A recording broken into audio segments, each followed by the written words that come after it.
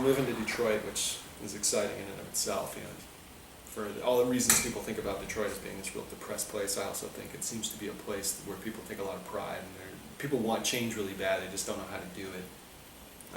When you approached me about taking this billboard project to another level, where you've been doing this for a while and you're getting a lot of imagery, but now let's look through that and curate something. Like, is there a running theme? Is there something specific that people are gravitating towards? And I really enjoyed the opportunity to sort of look through some of that stuff and say, well, what is sort of the overarching theme, or is there a theme, or is there a sort of a flavor that's going on with this type of work? But I thought, well, I need to bring something to this as the quote-unquote curator, and I thought, well, let me just go on a road trip. Like, in my mind's eye, like, what would I see? What are the things that I would gravitate to when I'm on a road trip? And I started looking at images, and at first it was really like picking stuff that appealed to me. Like, right. I've seen that on the road, or that reminds me of a road trip, or this seems like freedom, or this seems like I'm driving really fast, or this seems like something fleeting. And I started it that way, and then as I picked a bunch of images, I started to weed out the ones that felt less like they felt like a road trip. Of course, the title "Cheap Coffee and Beef Jerky" is, something that we've all probably regrettably taken part of on a road trip. The cheap gas station coffee and the beef jerky.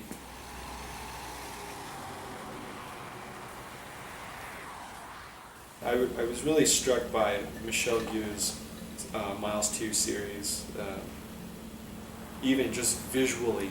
I mean, you can think about it as Afghan, or Kabul, 6,820 miles from Detroit, or from whatever city. But even just visually, just to see the name Kabul on a road sign, it's something I've never seen in real life because I've never been there. But to look at it and see it as, here's the name of the city and here's how far it is, kind of makes it real, and it makes me think about something that I don't spend much time thinking about, and it puts it in this real context of my contemporary life, where I see a billboard or I see a big roadside sign that says, Chicago, 500 miles.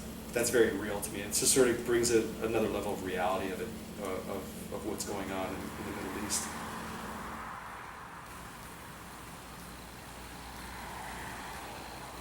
Christy Beaumlier's whale oil started it all, and this is one in a series of other statements that she had, but I felt like that statement really sort of touched on a lot of the aspects of what it means to travel by car in the United States.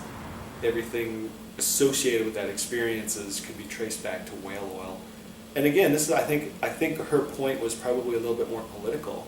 We're talking about oil and where does oil come from, and maybe it's going back to Kabul and all these things that Michel Gué was talking about. But I sort of saw it again. I saw the political side of it, but I also saw sort of just ironic visual part of it. Whale oil started it all. Just when you say it, it sounds really funny. Yeah. That all our problems started with whale oil.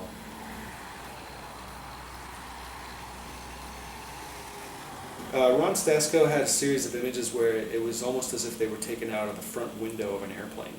So you're in the sky, and the sky is sort of tilted, and you're kind of above the clouds, and the clouds are all lit up by the sun. These very easy, I don't even know how you would describe it. These very freeing images, as if you were flying. There's no windshield. You don't see any part of a car or anything. So you just have to imagine that somehow these images were taken by sticking your hand out the window of an airplane or something.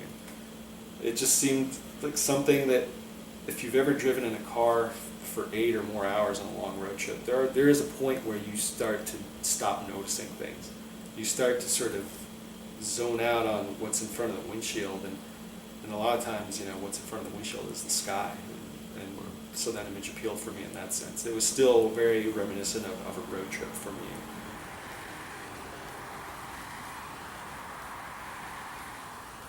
Al Wildy had a series of blurred landscapes.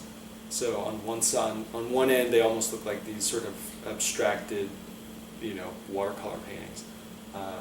But you were still able to discern some form of landscape in it. You'd look at the picture, and it was just this blurred landscape that would sort of all converge in this one focal point in the middle. So part of it was just this visual sort of blurred watercolor painting, but there was enough information there to sort of know that you were either looking down a road or through a windshield of some sort and still evoke that sort of feeling of travel and sort of freedom and just going for long distances. There's just something really sort of poetic about his work.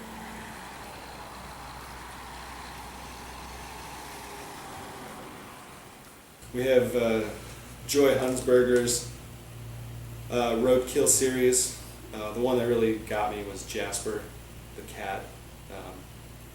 I mean, you think about roadkill art, immediately you think, oh God, more roadkill art, or what are you going to do with roadkill? But these were really clever. Like, just the way that the pictures themselves were gorgeous, and you wouldn't even really know you were looking at roadkill unless you really looked at the details, like the glossed over eyes of the cat and stuff. And so I think flying by the road on these things, you probably wouldn't even know they were about roadkill until you actually took time to read the message. And I thought they were a really clever way to use something really grotesque and really repulsive in most ways. I mean, if you talk about roadkill, people don't really talk about roadkill, but this was a really beautiful image of roadkill. And just, roadkill's something you see every time you get in a car, but you don't think about it. Like, this wasn't about it being grotesque and brutal. It was really very, as you said, memorializing this Jasper, if that was the cat's actual name. But very beautiful little image of a very cute little cat that just happened to be dead.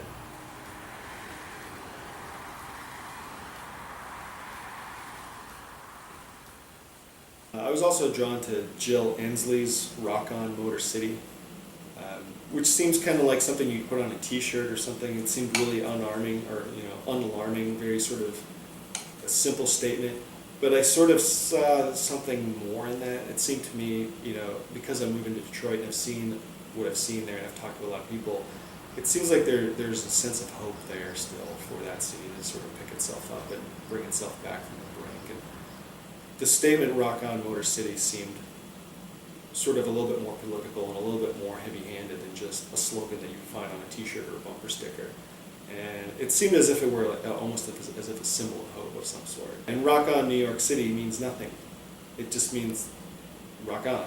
Whereas Rock On Motor City means a little bit more. It's got a little bit more gravity to it.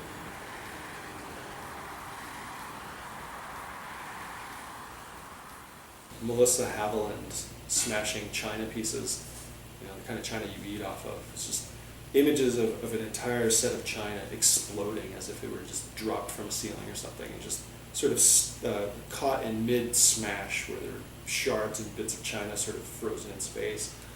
And, I mean, if you try to think about how this fit in, I don't really know. I almost actually didn't put it in until I thought about it some more and saw it 2 or 3 times later that it was almost like a car crash. It was like an accident, but it was so well choreographed. It was like the antithesis of an accident, because everything was just perfectly suspended. And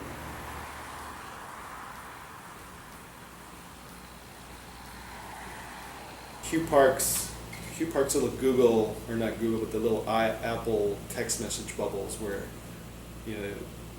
I looked at that and thought, how funny that texting and driving is this big, massive thing that we're spending all this time on, yet a billboard is not as distracting somehow, So to have that on the billboard just seems sort of ironic to me. It had to go in there. And when you back that up to a billboard that says "Kiss Me," or some other short message, it really redefines the context of a text message. It almost takes it out of the context of text message completely and just looks at it as message only.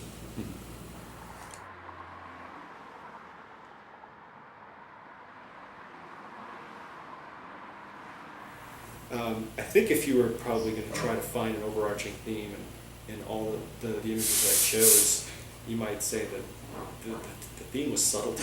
Like, all these images had something subtle that they're trying to say, or they are saying, or that they look like one thing but really they're talking about another thing, and those subtleties have to be sort of searched for.